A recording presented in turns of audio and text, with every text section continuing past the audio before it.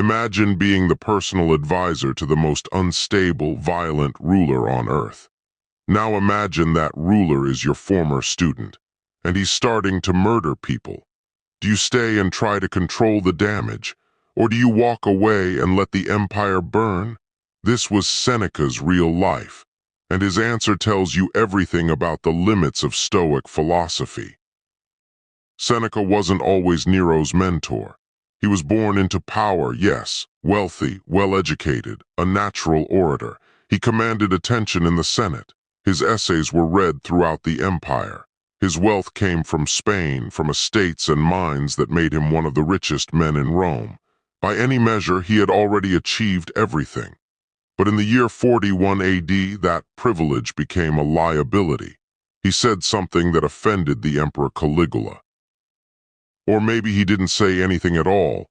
History is unclear. What matters is that Caligula wanted him dead. He was sentenced to execution. Seneca faced the reality of what absolute power meant. The emperor could erase him with a word. Then Caligula was assassinated. Seneca lived. He was the kind of man who could slip between the cracks of absolute power. For now. But exile came anyway. 10 years in Corsica. 10 years of isolation on an island where he had nothing but his books and his philosophy. Think about that. A wealthy man stripped of wealth and status, thrown into poverty on a remote island. It broke him. He wrote letters begging for mercy to Caligula's successor. He wasn't the Stoic sage yet. He was a man desperate to get home. He wrote to the emperor's wife, claiming he was dying, begging to be recalled. He was humiliated. He was forgotten. But he survived. Then Agrippina had an idea. She was the most dangerous woman in Rome, the mother of the future emperor.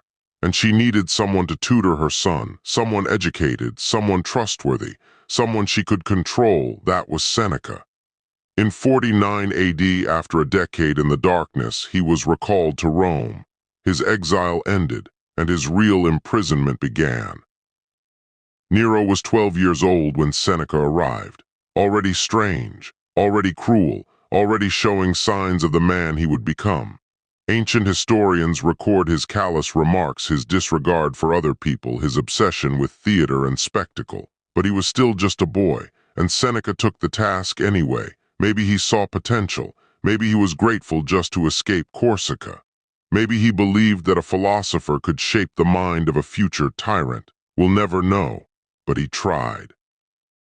He brought everything he had learned from decades of Stoic practice to the task of mentoring an 11-year-old emperor in training. And for 5 years it worked. Nero listened. He absorbed the lessons. Rome flourished. Seneca became the most influential man in the empire, standing just behind the throne. He wrote speeches that Nero delivered to the Senate. He shaped policy from the shadows. The provinces were treated with less violence. Taxes were reduced. The empire seemed to find a kind of stability. These were the golden 5 years, the moment when Seneca's philosophy actually mattered at the highest level of power. A philosopher had become the conscience of Rome. For a brief moment, it looked like wisdom could actually rule.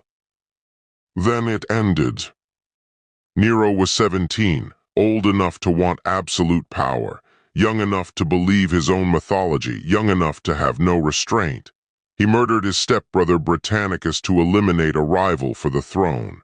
Seneca was present. He didn't stop it. He couldn't. Britannicus was poisoned at a dinner table in front of the entire court. Nero sat beside him, unmoved. Seneca watched it happen. Then came the purges of senators who Nero believed opposed him. Then the turning against his own mother, Agrippina, the woman who had brought Seneca back from exile, the woman who had made all of this possible. Agrippina had created him. She had plotted his path to power. Now she threatened his independence. Nero wanted her dead. Seneca's role changed. He wasn't the mentor anymore. He was the accomplice. According to the historian Tacitus, Seneca and the prefect Burrus drafted the orders. Seneca calculated the political justification. Seneca helped orchestrate the cover story. He watched as Agrippina was first poisoned without effect, Then a boat was designed to collapse and drown her, and when that failed, she was finally stabbed repeatedly in her own home until she died. And Seneca did nothing to stop it. He did nothing to warn her. He did nothing to resign. Something broke in Seneca that day. He recognized what he had become, not a sage guiding a king, a collaborator managing a tyrant, a brilliant man using his brilliance to smooth over murders. The philosophy that had sustained him through exile suddenly felt hollow. He was living against everything he had written about virtue and wisdom and truth, and he knew it. The Great Fire came next, 64 AD. Rome burned for days, thousands died. Some historians say tens of thousands. Nero watched from his palace. Some accounts say he ordered it. Others say he merely permitted it. Seneca knew the truth, and he couldn't speak it. Instead, Nero blamed the Christians. Seneca's former faith meant nothing. He stayed silent while innocent people burned. He wrote poetry about virtue while Rome burned. He preached about acceptance of fate while watching people lose everything. By now Seneca was in his 70s. Rich, honored, absolutely powerless, he couldn't remove Nero. Nero had become untouchable. Any direct opposition meant death, not just for him, but potentially for his family. So Seneca withdrew. He spent more time writing his letters to Lucilius, beautiful meditations on virtue and freedom and how to live well when the world is corrupt. But they were written from a position of complicity. He was preaching truth while living a lie, and he knew it every day. Then came the moment he had been waiting for with dread. A conspiracy against Nero was discovered. The conspiracy of Piso. Seneca's name came up. He was involved, they said. Maybe he was. Maybe it was fabrication. It didn't matter. Nero had decided. In 65 AD, the emperor sent Seneca an order: kill yourself. Seneca received the message with composure. He had spent his entire life preparing for this moment, accepting what he could not control. His wealth was confiscated, his will was invalidated, but his death remained his own. He opened his veins in the traditional Roman way. As he bled out, he continued speaking, dictating his final thoughts to scribes, maintaining his composure even as death came. This was his final lesson, not how to live with a tyrant, but how to die by one. The Stoics would later celebrate his death as a triumph of virtue. They were wrong. It was a surrender. Seneca had stayed too long. He believed he could moderate the monster. Instead, he became part of the machinery. And when the machinery turned on him, death was the only way out. Here's what matters now. Here's what you need to understand.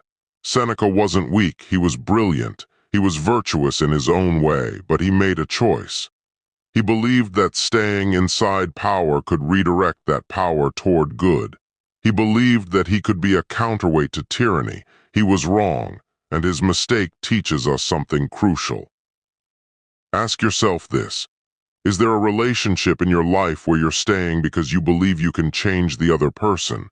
A difficult friend, a toxic family member, a corrosive workplace, a partnership that drains more than it builds.